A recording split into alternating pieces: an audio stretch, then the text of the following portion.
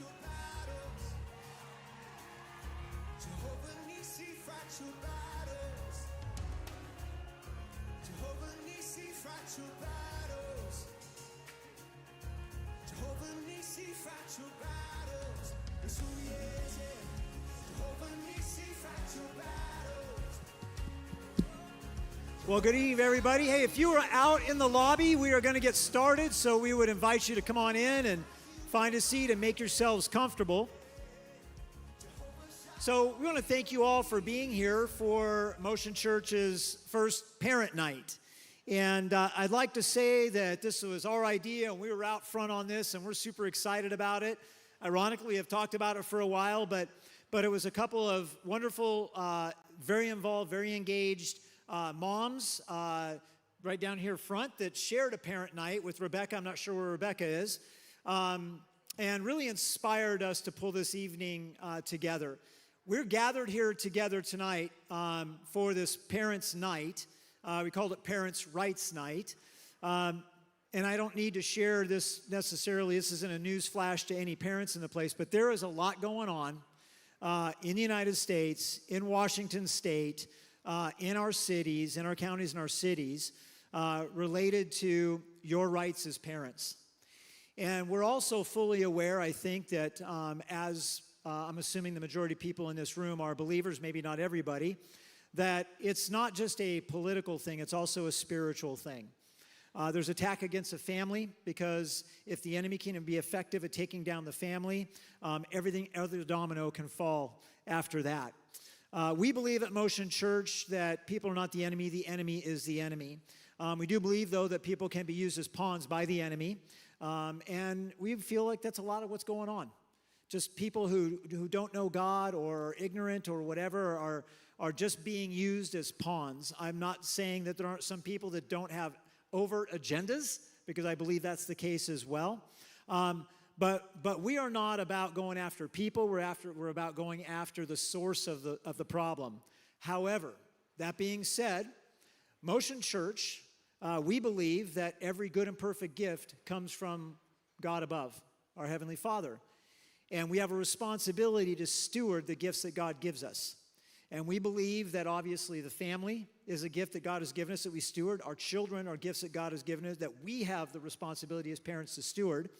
But we also believe that our government was ordained by God and was established by God, and this nation is a gift from God. And so we have a responsibility to steward that as well.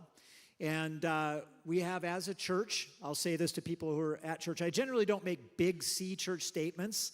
I've been in groups where people make big C church statements and include Motion Church, and I'm like, don't include us in that. But I think it's fair to say a big C church statement is that the church for decades has really removed itself from this part of the public square, and what we're experiencing today is a direct result of that. And it's interesting. I'm not disappointed in it, but of all the things that would bring the church, the large church together, wouldn't you know, it ends up being our kids and the things that are going on with our kids. At that point in time, it doesn't really matter what other churches are doing. We're going to do this together. We're going to fight this fight together. So if you don't go to Motion Church, we're glad you're here. We encourage you to support your church, support your pastors. The local church is so very important. So a couple things tonight. There'll be no photos and no videos permitted in the room tonight. So I appreciate you respecting that. Please, no photos and no videos. Little housekeeping there. We also have a team here at the church called We the People. We the People is a ministry here at Motion Church. If you attend Motion Church and you're unaware of that team, they're out in the lobby. I'd love you to introduce yourself to them, because we would love to have parents involved in the We the People team here at the church. This event tonight is specifically to help create awareness and to equip you as a parents and give you some tools to be engaged and active in this process.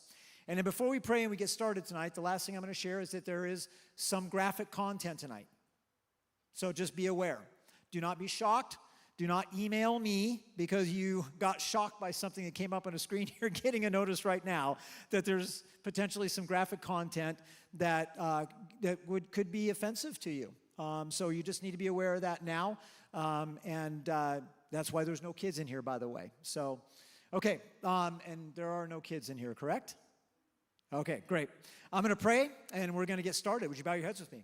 Well, Father, we come before you, and we're so grateful to be in your house tonight. We thank you for being in a church with senior pastors, Pastor Roger and Pastor Tina, who believe, Lord God, in all the things that were just expressed from this platform, who believe the church has a responsibility, Lord God, and we as ministers have a responsibility to equip and engage our people. Father, we thank you for activating the church. We thank you for your sovereign authority over all the things that are going on, over the affairs of men. We thank you that your hand is on our nation. God, we ask for your blessing and your favor upon the things and the efforts and the things we engage in that are for righteousness. God, we ask for you, God, to actively work against the wickedness that's at play.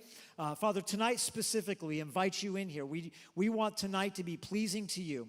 So, God, we thank you for your presence here tonight. We ask that you're pleased with everything that goes on here tonight. And in Jesus' name we all said, amen. Okay, so we are going to start tonight with a panel of speakers. And we're going to go through a couple segments here, but I'd like to introduce these speakers, and I will have them come up as I share their names and tell you a little bit about them. The first one is Sharon Hannock. Sharon, would you come on up? Sharon has a nickname, the Research Mom, and she started the organization, My Family, My Choice. Sharon is super active with legislative content. And Sharon, you can sit right over here. She's active in a lot of things that are going on with referendums and things like that. She's just a wealth of knowledge. Next, I would like to introduce Sarah Garriott. Sarah is the Pierce County Chapter Chair for Moms for Liberty. And so, Sarah, thank you very much for being here tonight. Sarah has quite a bit to share with us tonight.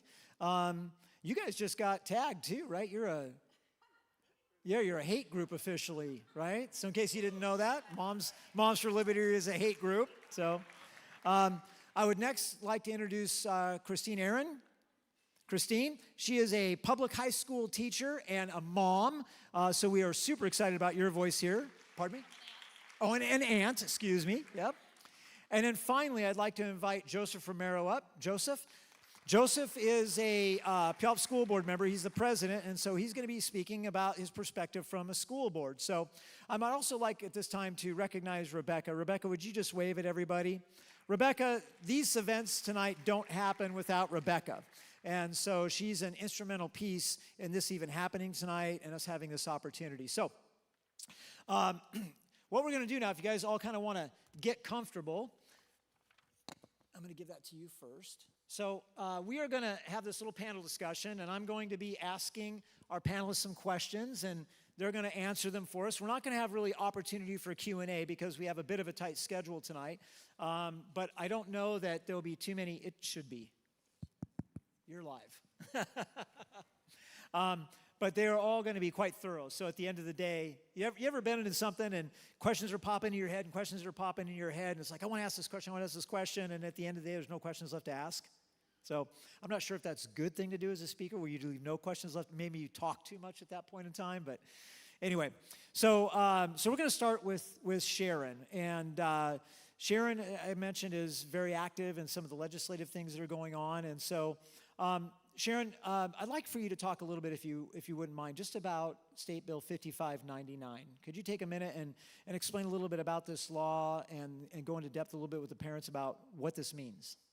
I think Senate Bill 5599 and the results of what we can do if we do not stop it is a good example of the creeping small little laws here and there, and all of a sudden it gets to this point where we have a law that says if a child chooses to change their gender or get an abortion, all they have to do is notify some adult, and they could be removed from their families.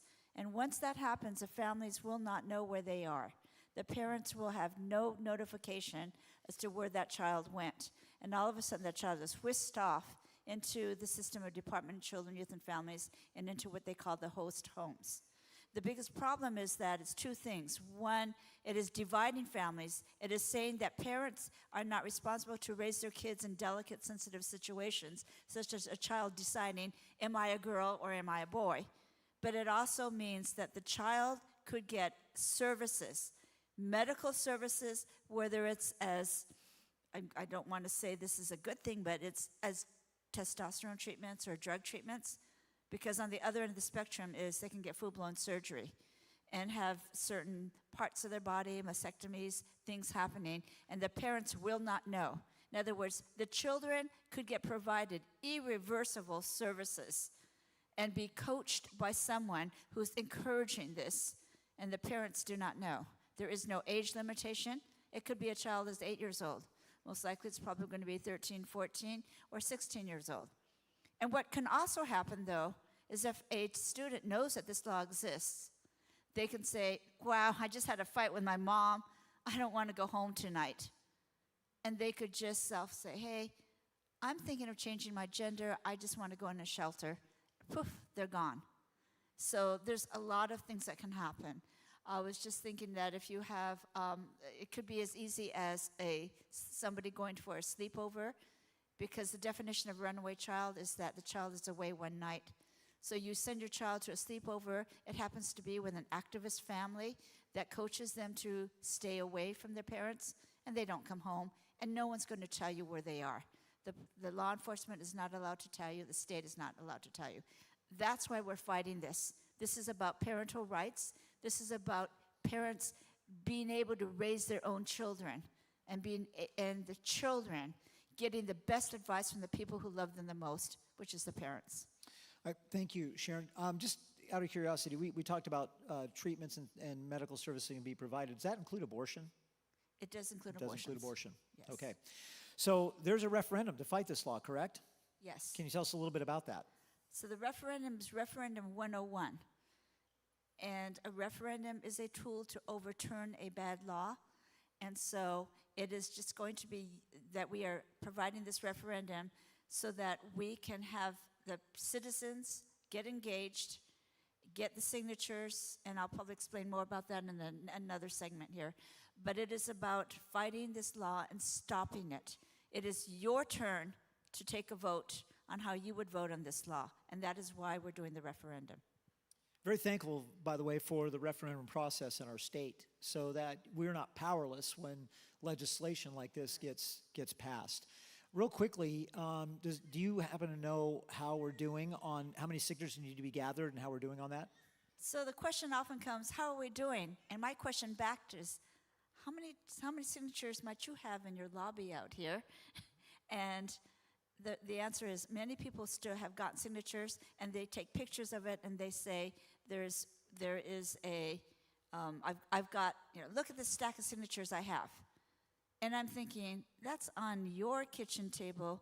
It is not on my kitchen table. When someone says, how many signatures do you have? It has to be in our doors.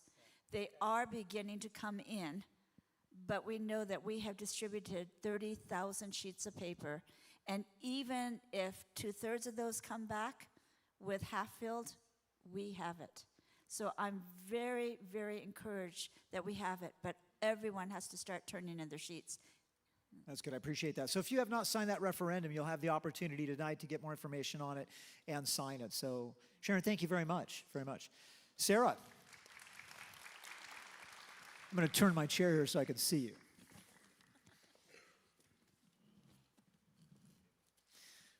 There you are. Here I am. So Sarah Garriott, everybody.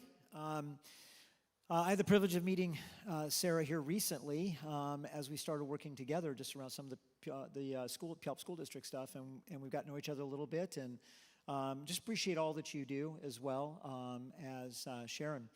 So you're the chair for the Pierce County chapter of Moms for Liberty. So can you share with everybody a little bit about what Moms for Liberty is and what prompted you to get involved with this organization? Sure, absolutely. Moms for Liberty is dedicated to the education, empowering parents, unifying parents, helping us to defend our parental rights at all levels of government, and to encourage academic excellence. We are strongly behind the Constitution of the United States, right? We're working to distribute constitutions. We encourage people to get together and study the Constitution or other founding documents. We also are working heavily at school board races to do that, trying to encourage liberty-minded school board members to run in their communities, to help promote parental rights in our schools, to protect them, and to really bring back strong academics in our schools. Thank you. If you don't know what Moms for Liberty is, you do now. A great organization. So, Not a and hate clearly group. getting on the radar. We're for the Constitution, but the SPLC says that we're anti-government. So Yeah, go you figure. put those two things together Yes. and see. It says something, doesn't it? Yeah, quite interesting. So you actually started digging in, doing a lot of research about what was happening in our schools quite some time ago. This is not, your Moms for Liberty is relatively new here, but this is not new to you as a subject. So what was it that prompted you to get involved and start doing this to begin with? Well, I have 3 children, and they are ages 19, 16, almost 17, and 12, just turned 12. And I began seeing some things change in my children's schools. I come from a long line of educators. My mom was a teacher, my grandmother, my uncle was a superintendent, right? We had lots of discussions around the kitchen table. And I began seeing things change in my children's school, and that sort of started raising flags. And then, of course, we moved from our previous school district about 5 years ago to Gig Harbor.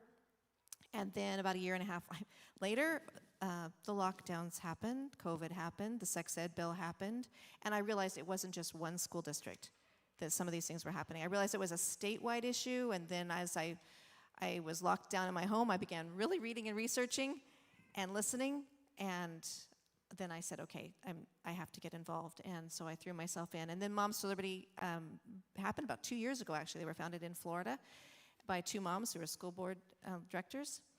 And I watched how successful they were being and the resources that they had, and I said, that's something that I want to be a part of. Thank you. You have a presentation I tonight. do. And so Sarah's going to take a minute here, or a few minutes, excuse me, and just kind of share with us a little bit about some of the things that are going on in the schools. And you might be aware of some things. You might learn some things tonight. Some of it might shock you a bit. But ignorance is not bliss. There's a consequence to that, and so we want to make sure everybody's fully educated and fully aware. So, Sarah, are you okay to do it from there? Would you like a... Sure, this is fine. I Okay, great. I brought up my laptop with me so I can look at the slides that are behind me this time. So I'm Okay, trying to read there them you off go. of the screen. So if that's all right with everyone, I'm going to go ahead and move on to slide 3, if you will, to the magic person behind door number, wherever they are up there. I think you said we're just going to jump right in. I brought way too many slides tonight, and I don't have enough time to get through them all. Like I said, one of the things that really drug me into this was the sex ed law that passed in 2020. I had a friend say to me, you really need to listen to the House debate that's going to happen coming up in March of 2020. And so I thought, okay, fine. It was in the middle of the week, 7 o'clock at night. I thought I'll watch it, and then I'll go to bed. And the thing drug on until 2 o'clock in the morning. And there were like 21,000 people tuned in watching TVW that night. Sharon, I think you were there she was there in Olympia. And I was shocked to my core. I thought, what am I watching? As amendment after amendment that was common sense was vetoed, and that's when I was completely jerked awake. One of those amendments, there were 2 in particular that always stick out in my mind. One of them was, an amendment was put forward that teenagers should be able to opt themselves out of sex ed class without a parent signature in case of maybe trauma and sexual trauma or something like that. And that amendment was vetoed because the House majority said that teen brains weren't mature enough to be able to opt themselves out of sex ed class. And I was stunned, right? I thought, wait a minute, now there's something else going on here. Because look at everything else like Sharon just talked about, and we know what's happening in the medical field and the decisions children can make, but they aren't going to allow that. And then this other amendment came up, and there were so many I could go over tonight, but this one came up where they said comprehensive sexuality education can only be taught in sex ed class. That was the amendment, and it cannot be integrated into any other classes, not into drama, not into English, not into math, not into social studies. And I thought, well, that seems, because we were promised that we could opt out. Well, that amendment was vetoed, and I thought, wait a minute. Why would you, aren't you going to do that anyway? Why would you veto that? And later I learned that Lori Dills, who is the Washington State Sex Ed Director and a former Planned Parenthood, allegedly, employee, she was at a Planned Parenthood night, and she was asked what she thought the future of sex ed would look like in Washington. And this is a quote from her. She said, CSE, or Comprehensive Sexuality Education, would start in kindergarten. That's provided every year, and it's, quote, intensive instruction, weaving through all sorts of content areas. So that is the sex ed director of Washington State's goal. The legislation then came about and it said it is not our intent that sex ed be integrated, but they wouldn't go so far as to saying it couldn't. Do you see how that works?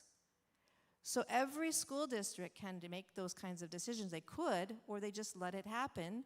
I will say this, I want to applaud teachers everywhere across Washington State, because there are a lot of really fantastic teachers, and I've had a lot of conversations, and we're so grateful for them. They are holding the line, they're mitigating, they're doing what they can. A lot of them don't believe they want to teach a lot of the things that are there that's coming across their desks. A lot of school districts are doing the same thing, so I want to thank them. But there are still, give them a round of applause for sure. But that doesn't mean that we aren't seeing it, because we see it all the time. I also get a lot of people sending me things. I don't know if you saw what happened in Olympia School District with, the teen-to-teen, peer-to-peer sex ed down there in 4th and 5th graders. I'm going to talk about that really quickly in just a second. Go to slide 4, please. This was another thing that came up during this time. Lori Dill said during that debate that she didn't think that Planned Parenthood was trying to get into our schools or anything, she said, because they were actually helping to push this legislation that went through. But on Planned Parenthood's own webpage at the same time, it said that it is the nation's largest provider of sex education. In Washington, Planned Parenthood affiliates support over half of school districts through direct classroom teaching, teacher and staff training, and lesson material support, and are committed to helping young people stay safe and healthy. So Planned Parenthood was by and large the largest funder. When we did the referendum on that sex ed, they were the ones who were the largest funders of the Approve campaign while we were working to gather signatures to reject that law. Slide 5. This is a International Planned Parenthood Federation flyer. It says one of their goals is ensuring that young people give their consent before any personal sexual health information is disclosed to their parents. They want to make sure that the young people give consent before anything is disclosed to their parents. Slide 6, here again, International Planned Parenthood Federation are working for the removal of laws that require parental, spousal, or guardian consent that discriminate against young people based on age or gender and prevent young people from accessing sexual and reproductive health care services. So there you have this agenda, and I can show you other sources from some of the people, the providers who write the curriculum that our OSPI has actually endorsed, such as Rights for the 3 R's, and they all say that they advocate to remove parents from the equation, right? That's something they want to get rid of the laws that require parental consent. And they don't care about age. They want you out of the picture. In slide 7, we have here this teen-to-teen peer-led sex ed that I mentioned. Not every school has this. Let's be clear about that, but many do. The school district that we came from before we moved to Gig Harbor did, and they've had it there for about 10 years. Here is in Pierce County, there's a flyer that you can see up there. It says, I don't know if it's kind of small, you might not be able to see it circled in red, that it says, they're advertising, this was just this last spring, they were giving a $400 stipend for students to come and take their peer-led sex ed course. And you could be in 10th grader, it's like 15 years old, to teach your peers in middle school and whatnot about sex, about how to put condoms on, about that type of thing. Over on the other side here, this was one from 2020, 2021. We have the Teen Council in Woodburn showing middle schoolers how to put condoms on. So you have teenagers, and we were promised, right? We were promised that we would have medically accurate, age-appropriate sex ed. That was the promise. Tell me, how medically accurate do you think it will be for teenagers to be teaching teenagers about? So this isn't, like I said, happening in every school. It's sometimes in addition to, it's Planned Parenthood coming into the schools, again, through this program. So you should be aware of it. It's in Spokane, it's in Bellevue. It's in Pierce County in some schools. It's not in everyone. It's in Vashon Island, right? Can I ask Okay. just to clarify, Planned Parenthood is stipending these young people. Correct. They're enticing them with Correct. $400 stipends. Correct. To come and get trained and be a part of these teams that then go back into the schools. That's right. I've also seen them offer stipends to children for doing tests for trying to get birth control over the counter for kids as young as 10 years old, 11 years old. I've seen them giving stipends for lots of things. On slide number 8, this is an example of a teen council over, this was just from last spring, on Vashon Island. Their Instagram page, they do a sexuality of the month. These are teenagers posting these things for other teens. They have a sex toy of the month that they've been putting up for teens, for other teens. Now, I'm going to ask, that doesn't surprise me too much. Right after the sex ed law passed, the organization SECA, Sex Ed for Social Change, which was founded in 1964, 69, by Mary Calderon, a former Planned Parenthood leader. SECA has been really the driving force behind a lot of the sex ed across the United States of America since then. And they celebrated when our law passed here in Washington State. They said, "Oh, guess what? We have three new corporate sponsors, and all 3 of them were sex toy companies." So, slide number 9. I need to move along quickly here because I'm going to run out of time. This is the Flash curriculum, just an example of the Flash curriculum. I know that Puyallup School District uses Flash, Tacoma uses Flash. That stands for the Family Life and Sexual Health, is what Flash stands for. It was created by King County Public Health. This particular is just from the middle school Flash. My son, I just opted him out of it. It's used over in Peninsula School District where we are. It says that people can choose abstinence at any point in their lives, whether or not they have had sex before. So understand they have changed the definition of what abstinence is that you and I grew up with. Doesn't matter, it's not you abstain from sex before marriage. That's not what it is anymore. It's people can choose abstinence at any point in their lives. You know, you could have sex today and then say, I'm going to be abstinent tomorrow, but not the day after, right? Abstinent just says at any point. Abstinence, they say, is choosing not to have oral, anal, or vaginal sex. This is for middle schoolers, age 11 through 15. And then they say most high school students are abstinent. They do encourage a little bit in middle school to stay abstinent. I will say that in the Flash curriculum.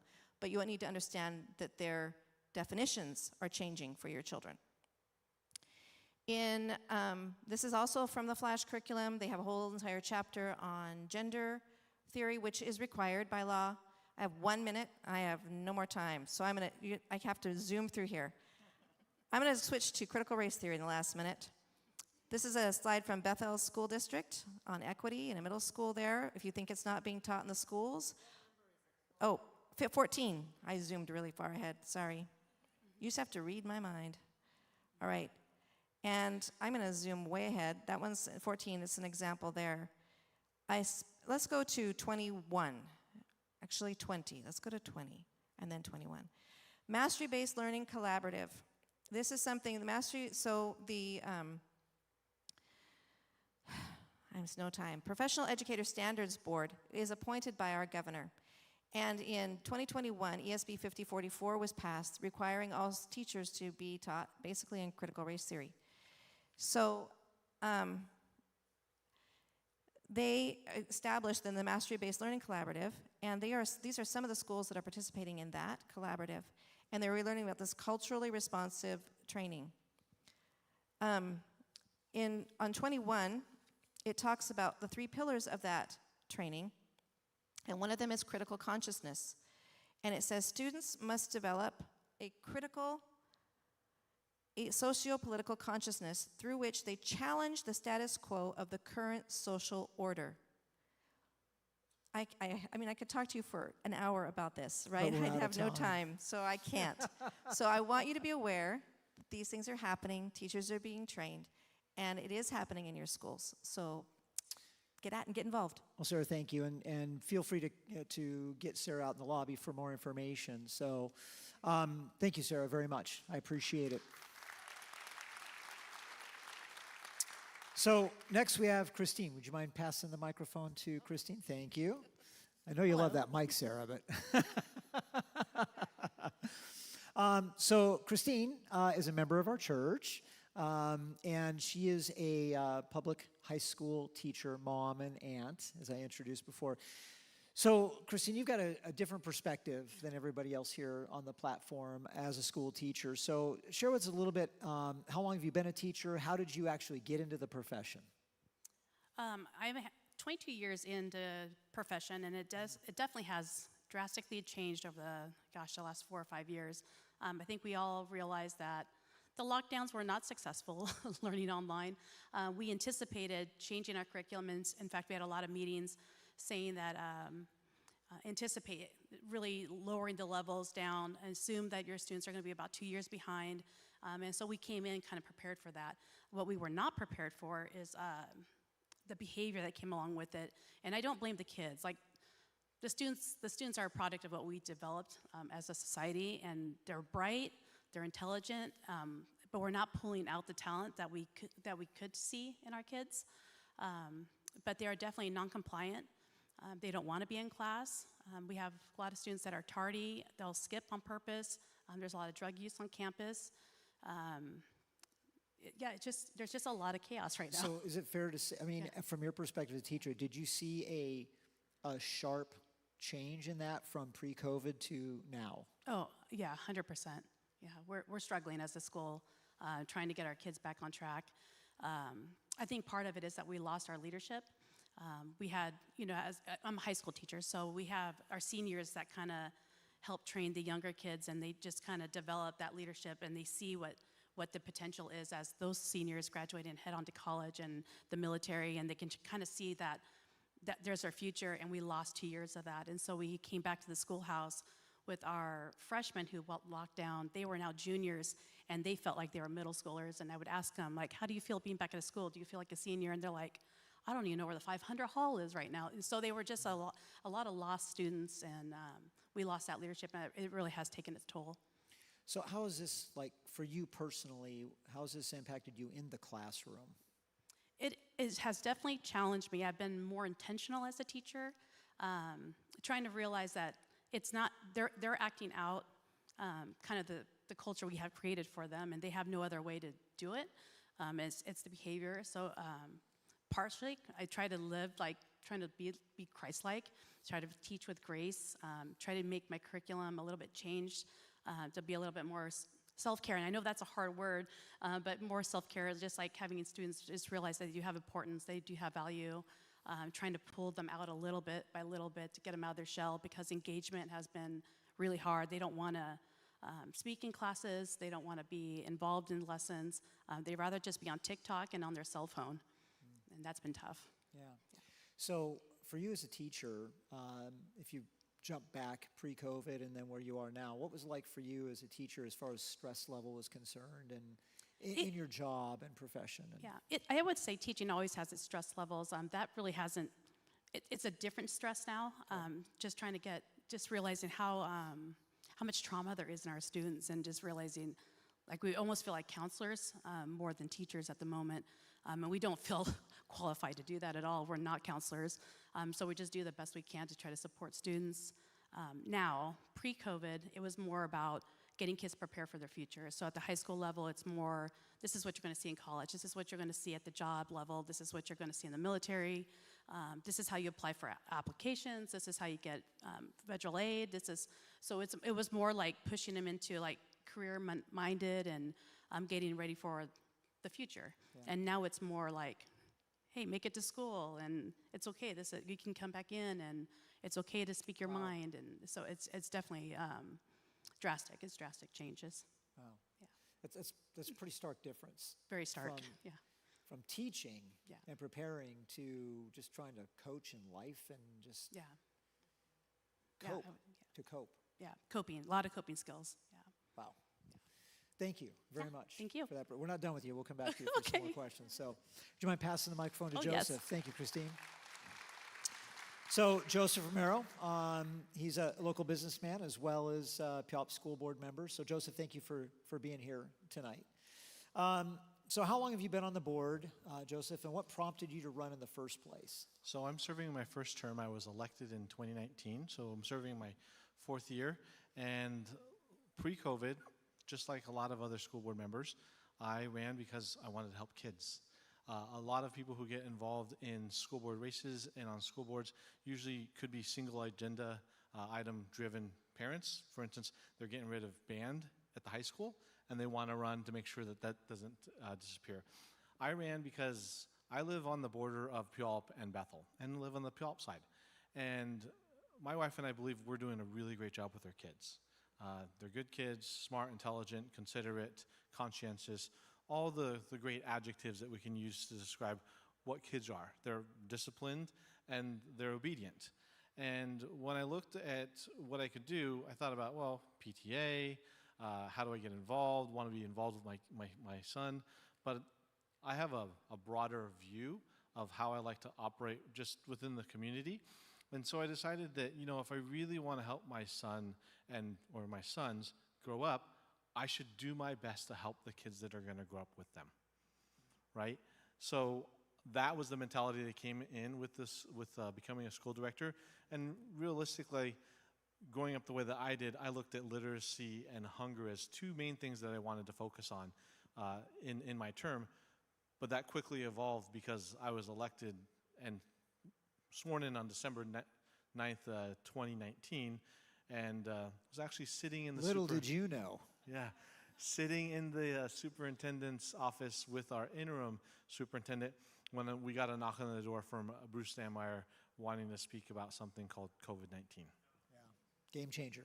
Yeah. So there's people in here that probably never ever thought about running for a school board, would never even think about getting involved in something like that, probably similar to where you were at one point in time. What would you say to anybody in the audience tonight that about getting involved in a school board or running for school board for the first time? So first and foremost, I speak for myself. I don't speak for the district or for the entire board. I would say that running for these positions is so much more important than it ever has been, because I'm one adult, and just like most of the parents in the audience, we have limited time with our kids, especially when you're working or the kids are at school for 6.5 hours of the day. School systems will say, well, you've got them for the other 17.5 hours, and there's significant influence that happens at home. But that's not for every child. And more adults, parents, are stretched out, whether they're working one job or they're working a job in a side gig or the single parent home. They don't get all that time to help influence their kids. Personally, I get to eat dinner with my kids every night. That's a huge thing for us. That's a huge value in our home. We have dinner together, we break bread together, and we have those discussions and conversations. But not everyone gets to have those. And I've shared this before, where right now what I'm seeing in the school system, it's not unlike what I see in foster care. Because I don't mind sharing this opinion publicly. I see a lot of social programming going on in the schools, and I tried to help people on the opposite end of the spectrum. I tried to help adults living through poverty and seeing that, hey, I can't really help them because they're dealing with a bunch of trauma, they're dealing with a bunch of things that sort of resulted to them being in this position. They can't overcome these obstacles. And the social programming that creates dependency in schools is meant to help those kids out of a situation, but for every one kid we're helping, we might be enabling 3. And I say and compare it to foster care because at 18 you're done. And what happens to kids who learn to rely on a system for 12 years, not really understanding how to operate themselves and how to be good adults, how to be good citizens, and all these things? And I'm really, really concerned. So my boardsmanship and being a board member changed from, hey, I want to focus on a couple things, to now we've really got to pay attention to every small thing that's happening in the district. And it wasn't supposed to be like that. Right. Tough. I mean, things are changing rapidly, and the environment in which school boards have to operate, teachers have to operate, and parents have to be aware of has changed dramatically. So can you share with parents why it's important to go to school board meetings and be involved, please? You got to know what's going on, right? There are parents, their kids have a lot of autonomy, and there are parents that don't mind asking, like, hey, what are you texting your friends? Hey, I looked at your search history on the internet. Let's have some discussions and conversations. The things that you want to monitor at home and in your personal lives, you know, there's impositions now that are happening at the school level, right? And I can speak for my experience with the district where we're turned on to certain things. And as Sarah mentioned, it doesn't happen in every school. And don't get me wrong, not every teacher is a bad teacher because they have the title of teacher. And not every teacher has an agenda for what your kids are being taught, right? And even through this last year and a half, we have spent a good amount of time actually overhauling curriculum. Because what we saw in COVID is parents got to see what was being taught in classrooms, right? And we had curriculum in the district that was 20 years old. So teachers were reaching for different things, trying to supplement things, but that opened a lot of windows and a lot of doors for things that wouldn't generally be approved. So in my term, we spent a lot of time on making sure that the curriculum was transparent, having community engagement. And look, I'm like anyone in this audience. I would go to my kids' parent-teacher conference, and the first thing I would tell parents is, I believe this is a partnership between you and I regarding my child.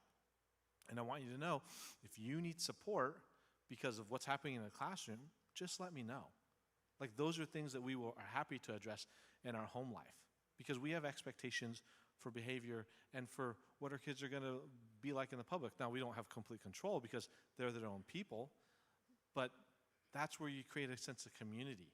And I've said it before, and I'll keep saying it again, I don't believe that any system should create barriers between parents and teachers, because it's a special relationship that you get to share with someone who's going to take care of your child while they're not under your supervision. I think some people maybe don't fully appreciate the authority that the board has in some circumstances, school districts, and how they're structured and constructed and things like that. But in Puyallup, Puyallup School Board has significant authorities and influence and directive authority, right? Absolutely. You know, when it comes to being an elected official, I'm a community member first. I believe that listening to everyone, and don't get me wrong, there are always going to be difficult conversations to be had, especially when it comes to all these kids coming together and a lot of different belief systems sort of merging or converging. But the reality is school boards, they direct the superintendent. We're not teachers' bosses, for the better part. Don't get involved in the day-to-day operation. But what's most important is we provide all direction, oversight, and accountability to the superintendent who's responsible for operating the school district. And it's feedback from the people in the audience that help us determine what those directives are. Well, thank you. And that's kind of why I asked that question, just for the parent involvement at these school board meetings. So thank you, Joseph. Okay. We're gonna move into round two here, and we're gonna hear from all of our speakers one time. We're gonna shift the focus a little bit from sort of how things are to what can we do a little bit differently here, so that when you walk out of here tonight, there's maybe some actionable things that you can do as a parent. So we're gonna start with Sharon. Sharon, the first question I have for you here is, there's an initiative for parents' rights. We talked about referendum against 5599, but can you talk a little bit about the initiative for parents' rights? What's the difference between the referendum and the initiative, and why do we need both? So the Washington State Constitution has given us, the citizens, a tool that when you have a government that doesn't listen to you, or a government that wants to destroy families in certain cases. Is there such a thing? Yes, that you have something that you can do. It is a tool that is not widely used. We have had referendums in the past. Every referendum that we have had in the last 15 years has gotten the signatures. Don't let anyone tell you it hasn't. They have gotten their signatures. They lost at the ballot box for the most part. But the initiative is something different. The referendum stops the bad law. The initiative creates good law. It can create a new law.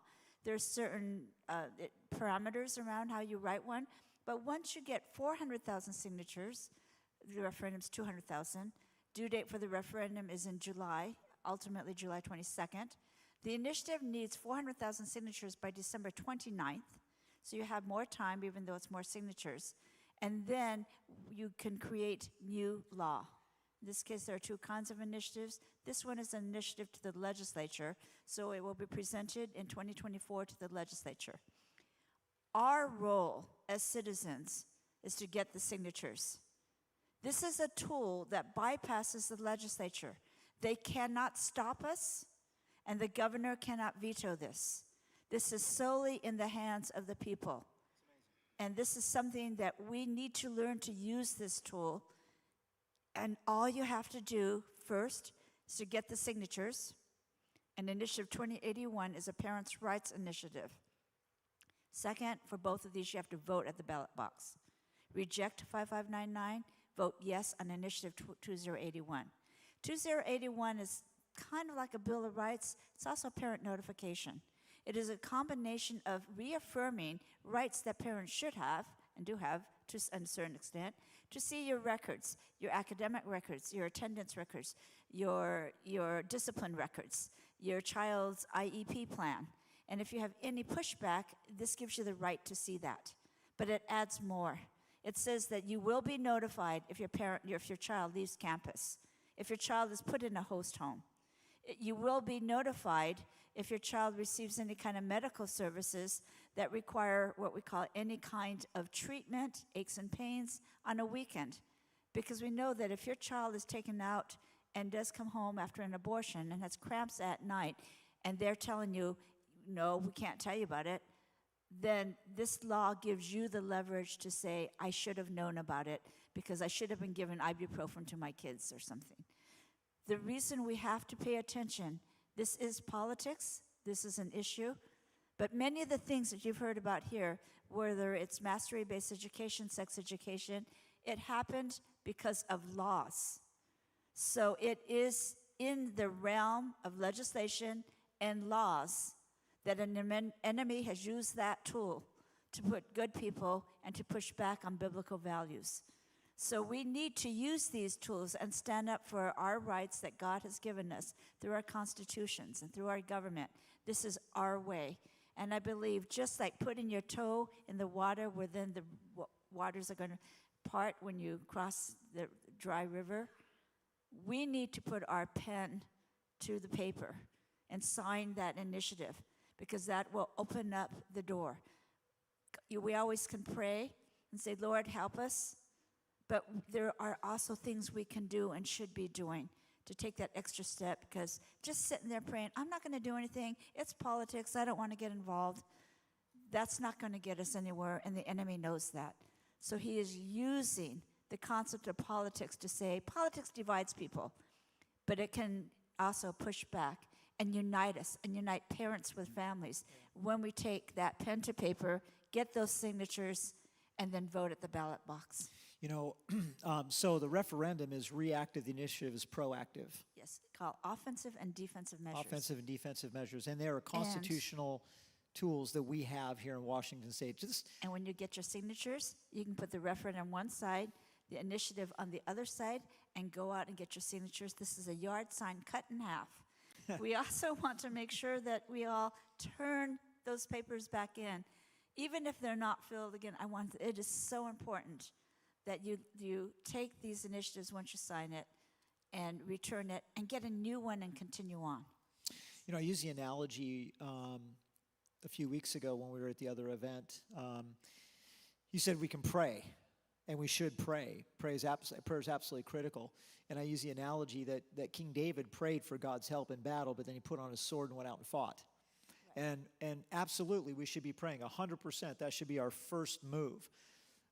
Don't put on swords and go fight, but take up pens and get signatures and sign. This is easy work, relatively speaking. Right, because we are in a battle. It's a spiritual battle, and it is a battle in the mind.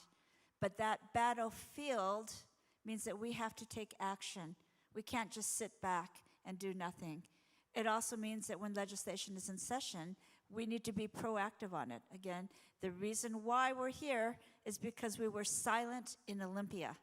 So the My Family, My Choice is formed because we help train people how you can do battle in Olympia, how you can do battle without the swords, but with all the pressures and the little techniques of just saying your voice, voicing your opinion, clicking and saying, I want you to vote yes or no on a bill. All of that is important because it is our silence that got us here. Yes, it is. Thank you very much. I appreciate that. Another quick question for you. What are some other things that parents can do to fight against bad laws that we don't agree with? We talked about referendums, initiatives. Is that really our primary mechanism, or is there something Right else? now, that is the mechanism in hand. Okay. Another one is to go to school board meetings. Yep. To understand the processes. There are things happening in your schools that is based upon laws in Olympia that have been translated to policies in the school board. One of the policies is called the bullying law. The bullying law said that you must be nice to everyone, but what we didn't realize that was also nicknamed the transgendered law. So you pass this bullying law in Olympia, and 1 year later, you have on the school board a policy that says if your child is changing genders, then the child determines if the parents will know or not, and the teachers are told to lie to the parents. That has happened in Puyallup School District and almost every district across the state.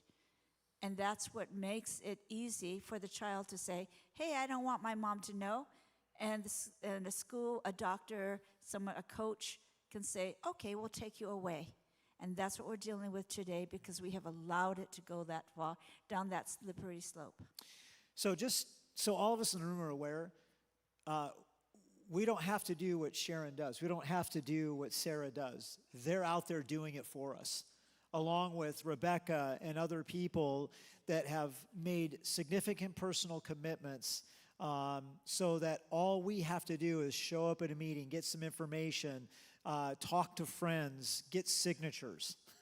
They're doing the heavy lifting and the hard work, and I'm just so grateful personally for all that you guys are doing, so thank you. Okay, Sarah, back to you. What are some things that parents can do from your perspective if they find inappropriate materials, assignments, some of the stuff you talked about? So parents, through the process of discovery, their kids come home and share something, or they discover some other way.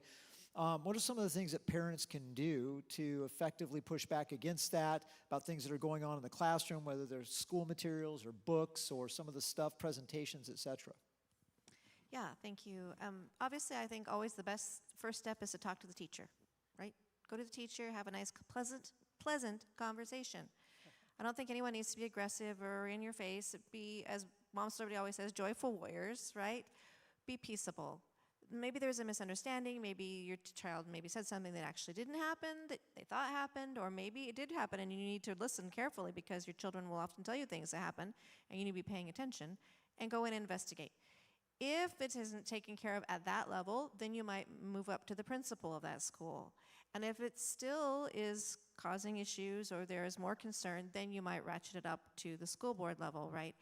And go to the school board meetings, like has been said a million times. I had never been to a school board meeting with all the years I had children in school until 2020. And just before the lockdown, I went because they were getting a new superintendent. And I went and actually, I was the only parent from the entire school district who came to hear the interviews for this new school superintendent. And I thought, doesn't anyone else care? This is the person that's going to be hiring all these people and making all these decisions. Where are the parents? And I had to look back at myself and say, that was you, Sarah, for how many years? Right? So I was just as guilty, but now I'm repenting, and I am going frequently to school board meetings, and I speak out, and I say things, and I build rapport with those school board members. I know them personally now. We've been to lunch. I've tried to make, and we have good relationships so that we can help move things forward, and they know that I care, and I continue to show up. I don't just show up, complain, and go away. I show up, and I come with solutions. I come with other curricula. So you know what, this might be a better alternative. I try to get on curriculum committees where they're going to be reviewing. I try to be in the classroom, helping with reading, helping with doing what I can, volunteering, all of the things. I think that's really important. And clearly, parents, if you have any extra time, which you don't, but try, because when it becomes a front burner issue and your child is personally involved, suddenly it will become important to you. And then you start speaking out in Olympia, and you go and you testify in committee meetings, and you pay attention to the laws that are being passed, like Sharon is. This last year, there were a lot of those, and I was in Olympia a lot, and we need more. We need a lot more. people showing up and just gulping if it's hard for you and speaking anyway. Thank you, Sarah, very much. Would you pass that to Christine? Christine, I'm just going to kind of piggyback off what she had said a little bit. So as a teacher in the classroom, when a parent disagrees with something that's happening in the classroom, curriculum or materials or whatever, from your perspective as a teacher, what would be an appropriate way, appropriate measures for a parent to take as a teacher? You're on the receiving end. Sarah almost said it word for word. Speak with the teacher first. Most of the time, the frustration's out there, and we totally get that, right? If you disagree, or the kid comes home with a different perspective, and it may not be exactly what was said in class, because half the time, again, they're on their phone. So they just pick up little pieces of what the conversation actually happened in the class, and there may be a question. Going right to the vice principal or the principal, most of the time, they have to come back to us because they don't know what's going on in our classrooms.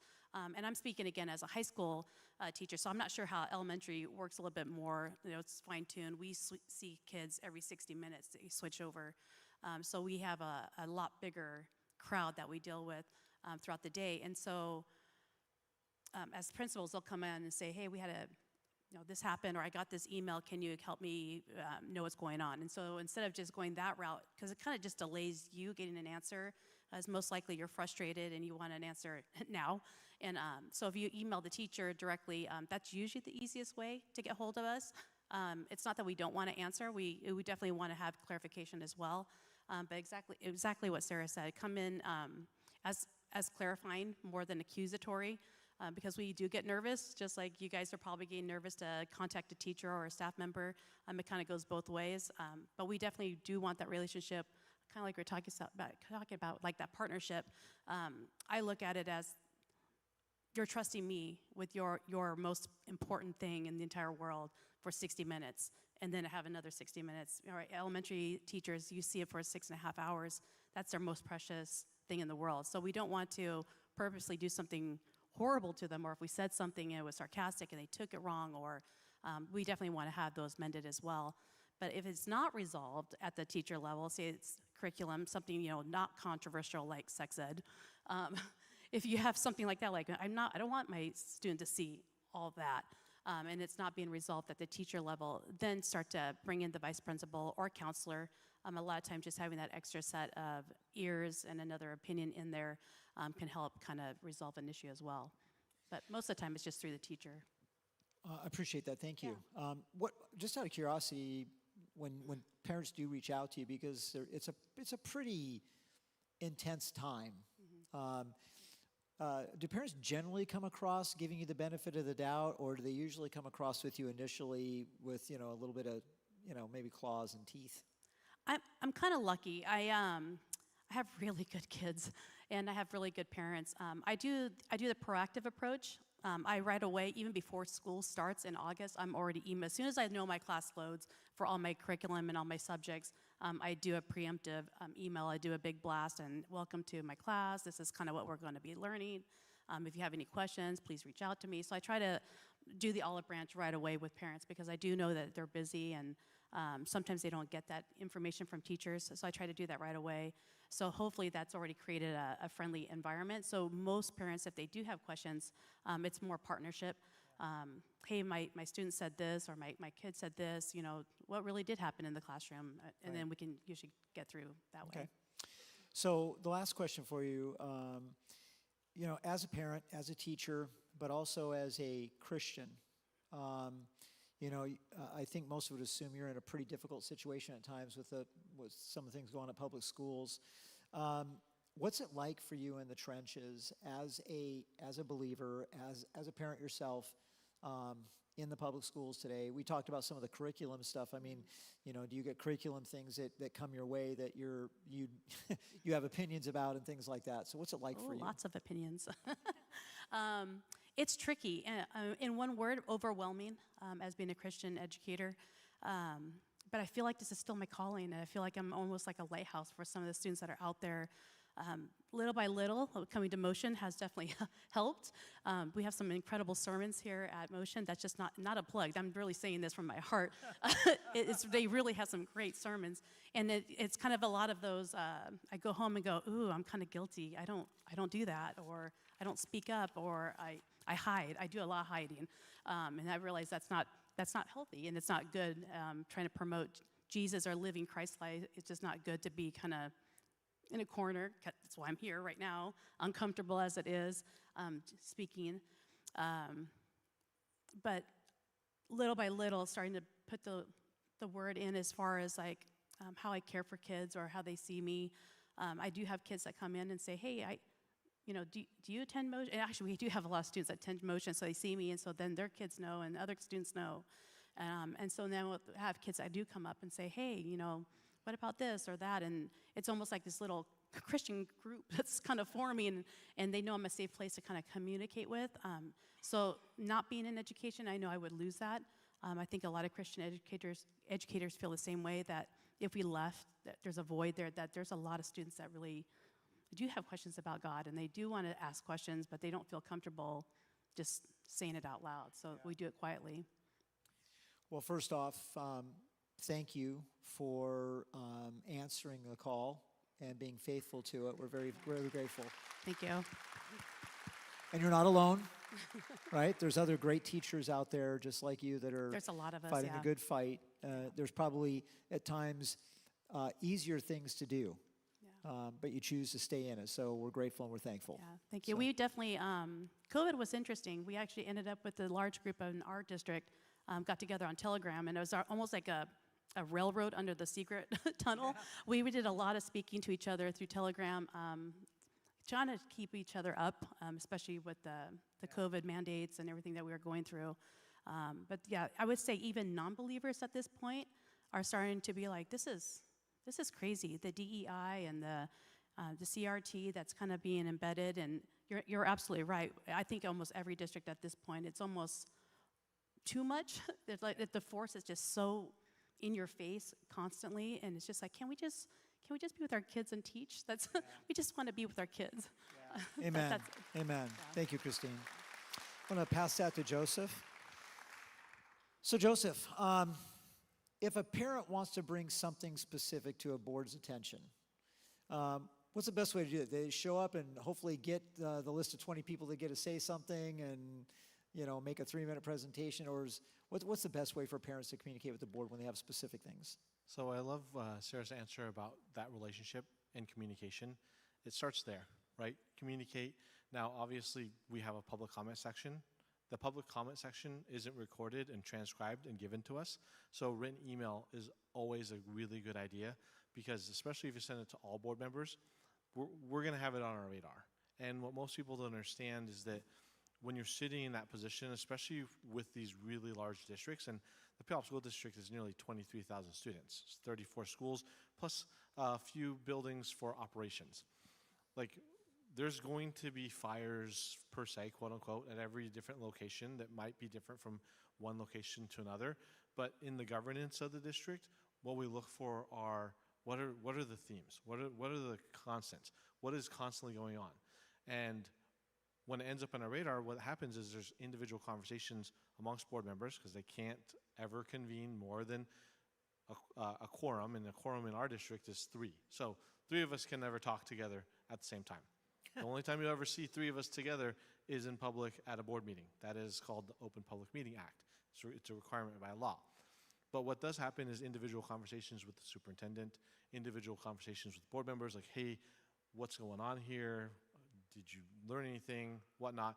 And for the better part, we have a really good superintendent because he's very communicative, he's very collaborative, and he wants to make sure he's following through on the directives from the board, which is a really key partnership, because it doesn't happen in every district that way. Okay. Appreciate that. Do you have any recommendations? So some of us here maybe have never ever been to a school board meeting. Maybe some of us been to a few. Maybe some of us are regulars. There's probably that spectrum. But as far as parents are concerned, how can they effectively work with the school board? We just talked a little bit about communicating, but how can parents effectively work with the school board? So bring up the issue, right? Make sure that it's understood and known. And recently here in the Puyallup School District, there was a lot of controversy, and we'll call it what it is, around policy 3211, which is the gender inclusive, gender identification policy that was crafted by the Washington State School Directors Association, which we are a part of, but also is usually given the authority by the legislature or the governor to provide model policy. That organization, along with the Office of Superintendent Public Instruction, you've heard it before. A law is created, those organizations are tapped on to create the model policy, and then school districts are said, this is what you need to follow. And what most people don't understand is I hate to say the carrot over our head is, as of right now, our school district receives about 84% of our budget from the state. And our budget going into the next school year is, I think, $389 million. So as a director, your choices are, hey, what do I do to make sure that the doors are open for those 23,000 students, right? But it is important to bring up the issues that are going on, because conversations do happen and we do look at things. And when the issue around the transgender policy came into place, one of the first things as a director that I wanted to get involved is I wanted the real legal opinion. Where are we at legally with this? Like, what does this mean? Because there's controversy around the idea that teachers are being told to lie to parents, right? And what I look at is the practicality, and sort of I get that logical brain going. What does this practically look like for teachers, parents, but also for students, right? Because you have this policy that looks sort of ambiguous, but sort of certain, and there's no definitive of what that actually looks like in real practicality. So I asked the questions. I talked to the president of WASDA, talked to our superintendent, talked to the attorney. And that's a lot of work that most people don't understand that's going on. And when it comes to things like curriculum, as Sarah mentioned, get involved. We have an instructional materials committee on all curriculum review. Generally, we might have 2 to 3 parents provide some insight, and there's like an open window for like 2 weeks to actually look at it. I got to tell you, with all the things that we address as a board, I don't get the time, 20, 30 hours to look through a 300-page textbook. Not as often as I would like, because there's so many other things that we're making decisions about. So with the minute we have left for you, Joseph, for parents who have a specific issue they want to address with the board, kind of where we led with that question, do they direct contact the board or board members, or? All of our emails are listed on the website. It's the best way to get in contact with us. We also have phone numbers. Some of those for us are our cell phone numbers. And my cell phone number is published on the website. And generally speaking, if people call me, I talk to them, right? Because I said this before, I'm a community member first. I want to understand what's going on. I don't mind having that conversation because, again, I can then ask the questions about, hey, what's going on with this or what's going on with that? And may not give you a full response. And I will be completely honest, not everyone's always happy with the response that they get, because when you're in the governance role, you always have to think holistically in what the entire system is going to look like. And that's why when it comes to policy, we're very, very meticulous now, more so than ever, on the potential unintended consequences of what that policy is going to incur. Yeah. Joseph, thank you very much for your service. So that does it for our panel tonight, ladies and gentlemen. I hope that you've found this informative. You know, we have a group of very committed people here at different levels inside our schools, inside government, being proactive, and to all of you, I think I speak for all of us, but we're extremely grateful for all of you and all that you do and the engagement that you choose to participate in. So thank you very much. All righty. Well, I will invite you guys to have a seat. There you go. So we're going to segue into kind of the final portion here tonight. Are you thankful for some of the information they shared? Was this informative? Did you learn some things tonight? And hopefully you feel just a little bit more equipped about how to engage in the process, and both legislatively, but all the way down, because right there's a lot of ways to get involved, a lot of things to participate. There's a legislative level that Sharon was talking about There's the activities you can be involved in that Sarah was talking about. And then we're all the way down to in the classroom with Christine or the school board with Joseph. So we've attempted to create a really good perspective, rounded out perspective for you tonight. What we're going to do now is we're going to take a few minutes. We have school board elections coming up pretty soon. And I think it's kind of interesting that, I don't know, a decade ago, we probably didn't think much about school board positions. They're typically some of the lowest turnout positions when school boards are on the ballot. But that's all changed a little bit. It's on everybody's radar. And I think we've discovered a little bit tonight about how important these school board positions are. Particularly in Puyallup and other school districts, they are significant, and they ultimately can be the determining factor in what's in your schools and what's happening in your schools. And so tonight we'd like to take just a few minutes and introduce some people that are running for school board in some of the local districts here. And we think it's important for you to meet them because we'd like for you to have an idea of who you might be voting for when that time comes. There's primaries coming up in July. The primary date, I believe, is August 1st. Some people have to get through that primary. Some people are not going to have a problem with the primary, but they are going to be up on the ballot come November.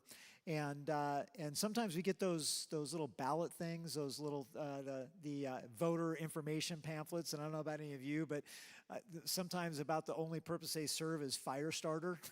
There's just such inadequate information. So we're going to create some space tonight for a few candidates to share a little bit about what they're about and why you might want to consider giving them your support. And can I just say this? The support isn't just voting for them.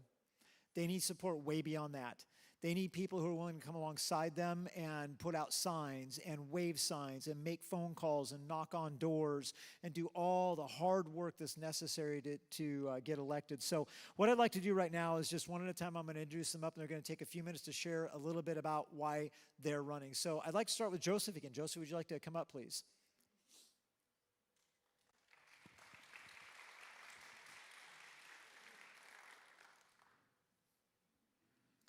Would you mind just taking a few minutes and sharing with people a little bit about why you're running again and what you're about? So running the first time, I didn't expect to encounter COVID and didn't expect to have 2.5 years of what I was hoping to accomplish in the Puyallup School District sort of wiped away, right? And I got to learn a lot more about the operation of the district, got to learn a lot more about the concerns of the community, because obviously we got to hear that usually on bi-monthly basis, especially during COVID. And the reason I'm running again is because I believe it's really important to have continuity in the district. As of right now, the longest tenured board member is Michael Keaton, and he's finishing his 8th year. And after that, there will be a 2-year board member and a 6-year board member. And you potentially could have 3 new board members. That's a dramatic swing in the continuity of the district. And districts of our size, generally, most directors last anywhere between 8 and 12 years. I am concerned about the leadership of the district, not in terms of the administration, but the board, and making sure that I stay on track with the direction that I have helped with the district. We've unraveled a strategic plan. The first priority of a strategic plan is the academic excellence within our school district. The second one is family and community engagement, right? Third is making sure there's social and mental supports in the schools for our kids. Fourth is the professional development, and fifth is facilities and security, right? But those first 2 things are real important to me as we've listened to the community, as we've gained more insight. And for lack of a better term, it's making sure that the classroom is focused on education. You know, at the end of the day, I want my kids to go to school so they can learn, right? I parent my kids because I believe that I want to instill in them values that I and my family hold very near and dear to us. And I don't believe that I have the right, even in an elected position, to determine what values you should have for your children. So that's why I'm running again. It's super important. I'm actually the only incumbent running in this race because I want to continue with the good work. I believe in the superintendent. It was a great hire. He's been becoming more and more a part of this community. And frankly, to be selfish, I want to hand my oldest son his diploma. That's sort of a big deal too. So I appreciate Joseph, all your thank you. support. And you're running for the Puyallup School District. I'm running for Puyallup School District Position number 2. We are all at large, so they're not district by any means. And I'm running, there's no primary, so just a general election. And I can't say it enough, as Pastor Allen said, we need your support, because at the end of the day, it's not a partisan race. It's not even a political race. What it is, it's a community saying, this is what we want for our schools. That's good. Yeah, very good. Thank you, Joseph. So if you're not familiar, the at-large means that in the Puyallup School District, it doesn't matter where they live in the district. They could all live in the same neighborhood within the district and be elected to the Puyallup School Board. The Sumner School District actually is broken up into districts, and you have to run within a specific geographical area. So that's what he means by at-large. So I'd like to invite Shannon Birch up at this time. Would you give a hand to Shannon, please? Shannon is running for the Puyallup School Board as well. I've gotten to know Shannon a little bit, and she is an absolutely wonderful, delightful person. Shannon? Thanks. Thank you. Hi, thank you for the opportunity to be here. I'm Shannon Birch. I'm running for Puyallup School District, position number 5. I am a mother of 4 children who are all, well, 2 of them graduated from Emerald Ridge High School, and 2 of them are currently enrolled in the school district. I am also a product of Puyallup School District. I graduated from Rogers High School, and yeah, go Rams. My main platform and focus when being a school director is, like Joseph said, academic excellence. We really need to begin with the foundational, core foundational academics. That's main focus. Secondly is parental engagement. I volunteer a lot within the district. I'm involved in PTA, I'm involved in PTSA at the Glacier View Junior High, and I see firsthand the relationships that are built not only with other parents, but with staff and educators and children, which brings us together as a community. And I believe strongly that if we come together as a community, we also have stronger security and safety for our children. So that is another driver for me. I also appreciate the Puyallup School District's communication level that we have and want to continue having the transparency to parents. That will not only help with parental engagement, but it will also help just to know what's going on. If you're not able to attend all this, the school board meetings, transparency is key. And when my older 2 went through the school district, I had 2 young children, and I didn't have all the time in the world to make every board meeting. But as my children are getting older, I've become more involved in that, and so that's really important to me. I suppose those are my 3 big, large things, and I'm just really, really grateful for the opportunity to be here. Thank you. Thanks, Shannon. I appreciate the fact that when we first met, your involvement in the schools already, in the classrooms and everything else. So you really, it's not like sitting on the outside looking in. You got your finger on the inside as a parent. Relationships with teachers, in the classrooms, all that kind of stuff. So thank you very much. Yes, Shannon.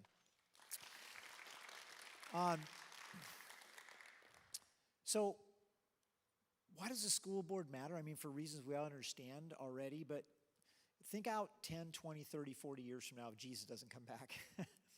These kids that are in the school district, that are their influence, the curriculum, the learning, the education, all the stuff they get, they are eventually going to all in one form or another become our future business leaders, our future politicians, our future corporate leaders, people of influence.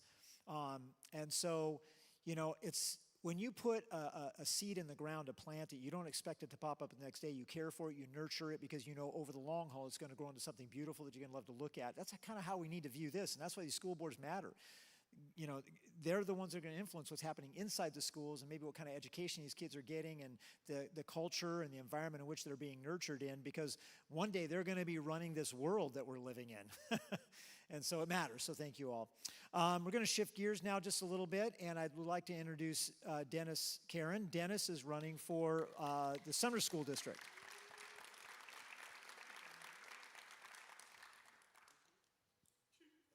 Yeah, you're welcome. How you doing, folks? So my name is Dennis Karen. I am brand new to this whole arena. So the diving into the school board race was, it was sort of a push from God, if you will, to say, hey, you're going to go do this. And I probably needed it. As a father of four, all of whom have graduated, two of whom from the Bonnie Lake School District, I kind of reached a point in my life where I said, there's got to be, what is so different about what it was from one son graduating 10 years ago to my current son who just graduated, and why is it all so different? And so as I looked at this and I was starting to dive into it, and I started realizing that the biggest changes that we're seeing are coming and driving from the school district. And I thought, man, if we could just get our hands around this and our minds around this, we could really make some great changes for our kids. And so that's sort of my reason for diving into it. As far as what I sort of believe on this is, I really want to be the person out there. I have an analytical mind. I want to get into the fiscal responsibilities and make sure that the schools are being smart with your taxpayer dollars. That's a big thing for me. I feel like if we're going to spend all this money on all these on our kids, we're going to have to do it smartly, because quite frankly, during COVID, we spent way too much money, and now we're sort of stuck in a position where we're trying to find how to keep our kids educated in a system that's going to really rapidly run out of money. So fiscal responsibility and making sure that we're spending your tax dollars wisely is a big driving factor for me. The other thing is parental voices need to be heard. Right? So we've gotten to a point here in this country, and I think everybody has seen it, where we have sort of vilified parents for speaking out and saying, hey, I don't like the direction you're taking with my child's education. And so instead of listening to that and saying maybe the parents that raise these kids know a few things about them and maybe what is good for them, we've sort of vilified that concept. And so I want to be an amplification of the voice for the parents out here. So I know each one of you has a value for your family and a value for your children, and we need to be able to get that into the system and into the school boards and say, hey, listen to us, and listen to us sort of devise a way to bring our family values in our community values into the schools, right? We've spent a lot of years trying to dive away from bringing things like God into schools. We spend a lot of time sort of sweeping them away, and I don't think that that's okay. So, so those are the main reasons why I really want to get into this and why I've really started driving towards it. And I just think that we can really make a big difference. Our school board has an opportunity right now to move in a different direction, and I think I can be a big part of that. So, Thank you, Dennis, very much. I appreciate it. Thank you, my friend. Yep. So we've all watched in the news probably and seen some crazy stuff going on in some school boards around the country, haven't we? Like school boards reporting parents to the FBI. And I mean, if it wasn't really happening, you wouldn't even believe it was happening when you read these stories.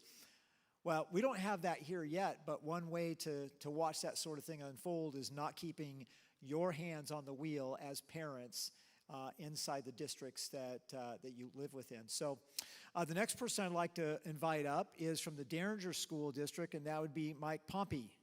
Did I say that right, Mike? Mark Pompey. Is it Pompey? I got that. Mark? Yeah, thank you.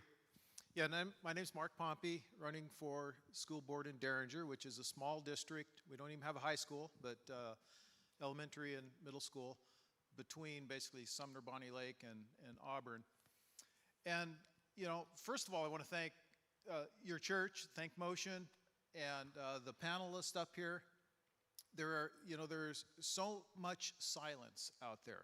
Sarah, I think you mentioned that, or Shannon, one of you guys mentioned the silence, right? and that includes so many churches are just silent. And so thank you for that. I'm running because I can't just watch. I mean, all the stuff you heard up here is things I became aware of, and I'm a grandparent. You know, my kids are grown. My grandkids don't go to the Derringer district. They live in different districts. But I can't just watch, you know, and you read scripture and it talks about, you know, suffer the children to come to me, talks about, you know, give unto Caesar what Caesar's, but give unto God what is God's, and our children do not belong to Caesar. And so I just had to run. I mean, I saw people talking about, here's how we can go fight the board. I'm like, why would you want to fight the board? Why don't we go be the board? You know, we could just do that. So that's what I'm trying to do. So, Mark, thank you very much. I appreciate it. Yep. There's also a gentleman that's not going to have an opportunity. He kind of got into the game a little bit late. But Paul, where are you at? Paul, want to raise your hand in here? Right there. He is running for Sumner Bonnie Lake, a separate position from Dennis. And he'll be out in the lobby as well. The last person that we were going to have up here tonight is Gretchen Miles. She's here in heart and in spirit. She's just not physically here, but she recorded a little video just so we could hear a little bit about what her position is and why she's running for the school board. So would you watch this video with me? Hey everyone, my name is Gretchen Miles and I'm running for the Puyallup School Board.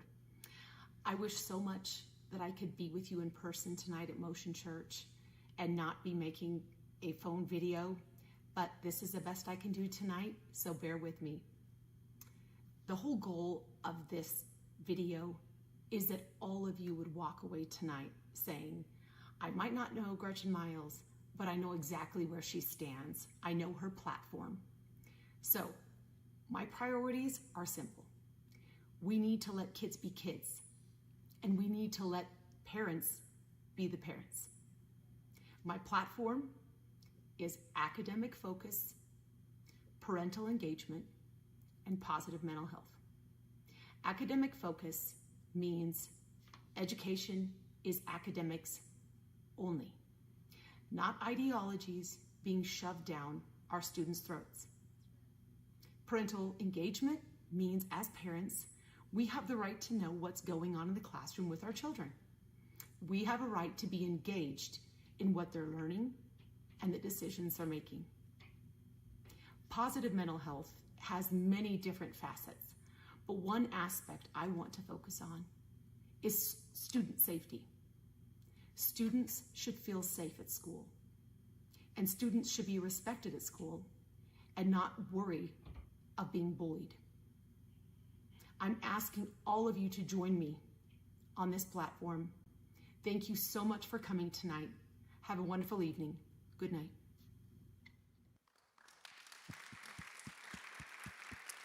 So at this time, I'd like to invite Rebecca up. Rebecca has some things she'd like to share with you all at large. Would you give her a hand, please? Because this night doesn't happen without her. Thank you so much for coming tonight. I wanted to just share a few things with you guys. We have some tables outside, and I wanted to kind of go over them with you. First of all, if you're not a voter, we have voter registrations. Only 1/4 of people will vote this year compared to next year's presidential race.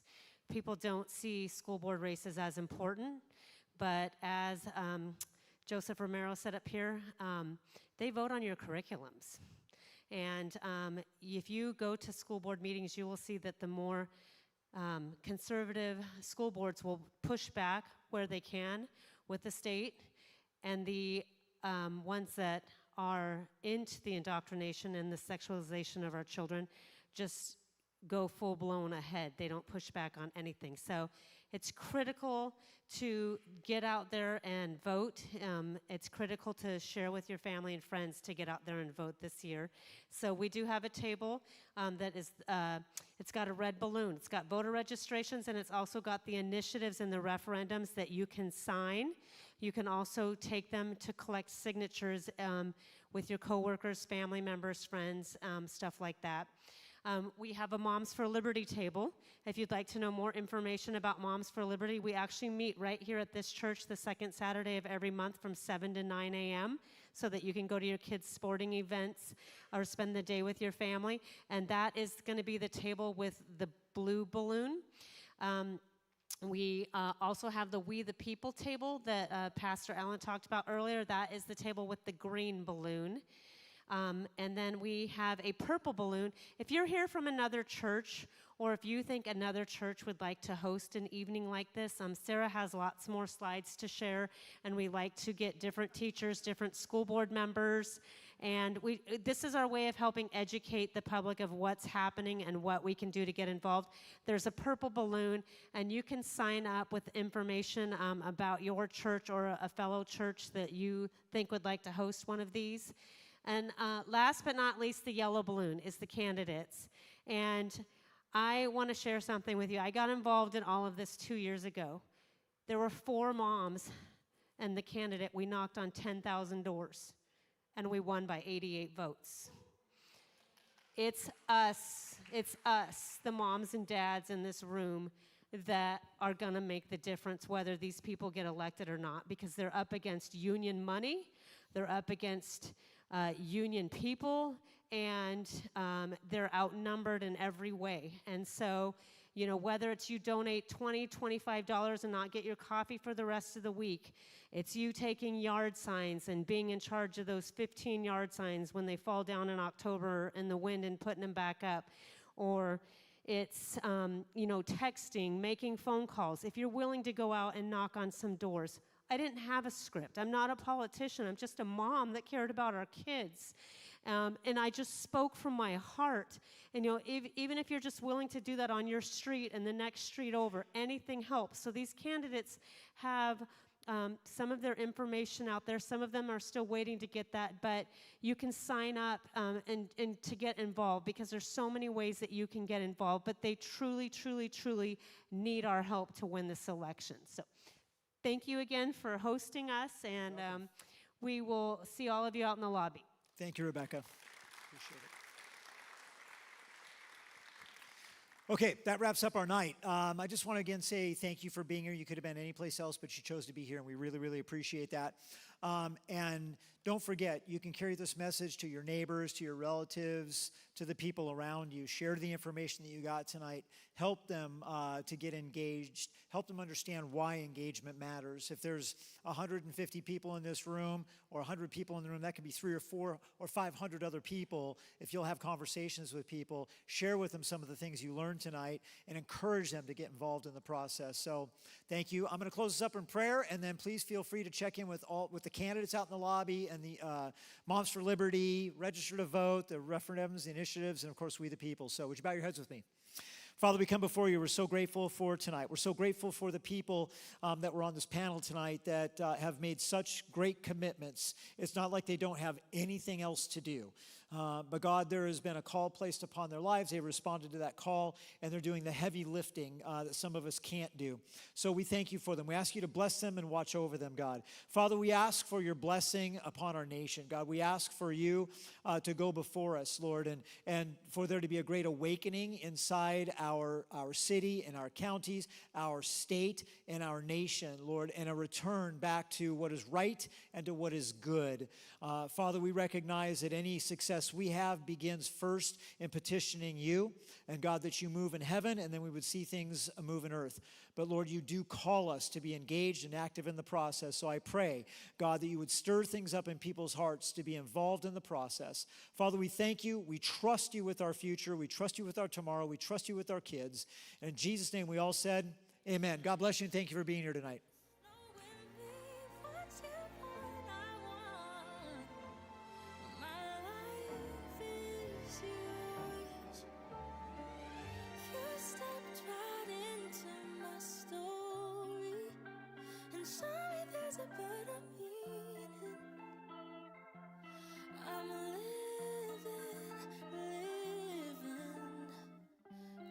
Changed my life for your glory. I decided I don't wanna fit in. I'm living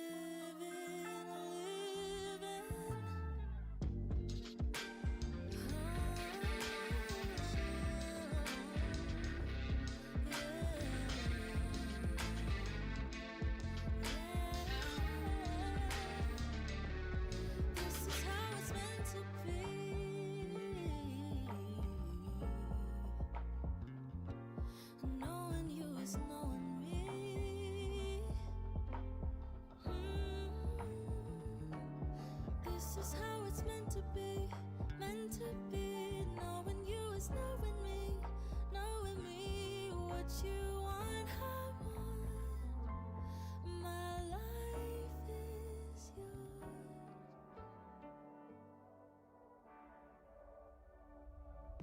You have wrapped me in your power. You pull me closer, you change every part of me. You are removing all my weakness. Now in you I'm complete. I'm not arriving on my own, leaving the past where it belongs. And you have freed me of my flaws. Now in your likeness we are one, perfected in your sight, where everything is right. Your righteousness is mine. This is perfection. You are perfection.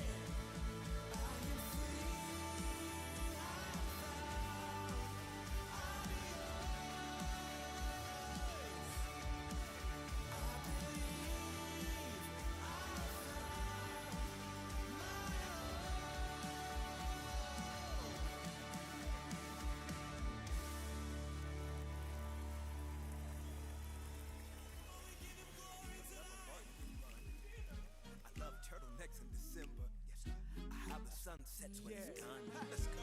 Assume these fade like flowers, and counsel culture quick to tell you you're through. Yeah, but from the manger all the way to the grave, you love me like cooked food. That's why I gotta